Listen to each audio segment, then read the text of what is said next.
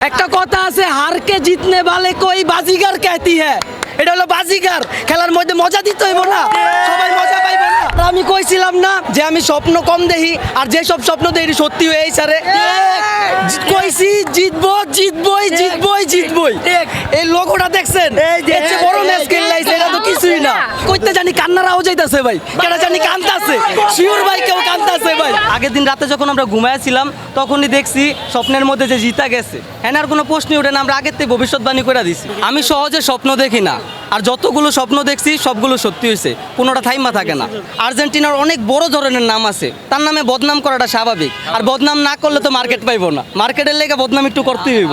আপনি ম্যাচ শুরু হওয়ার আগে আমাকে একটা ইন্টারভিউতে বলেছিলেন যে আপনি স্বপ্নে দেখেছেন যে আর্জেন্টিনা জিতেছে, এবং আমরা দেখেছি শেষ মুহূর্তে এক গোলে আর্জেন্টিনা জিতেছে।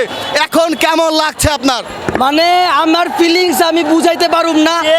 আর আমি কইছিলাম না যে আমি স্বপ্ন কম দেখি, আর যে সব স্বপ্ন দেখি সত্যি হয়ে স্যারে কইছি জিতবো জিতবই জিতবই জিতবই। এই লোগোটা দেখছেন, এর চেয়ে বড় ম্যাচ খেললাইছে, এটা তো কিছুই না। একটা কথা আছে, হারকে জিতনে वाले कोई बाजीगर कहती है। এটা হলো বাজিগার, খেলার মধ্যে মজা দিতে হইব না, সবাই মজা পাইব না। অফসাইড একটি গোল হয়েছিল, গোল যখন হয় পরে যখন অফসাইড ধরে তখন কি মনে হচ্ছিল যে আবার কি গোল দিতে পারবে, কি মনে হচ্ছিল? আরে এটি কিছুই না, একটু পরীক্ষা হয় আর কি, এটা একটা পরীক্ষা।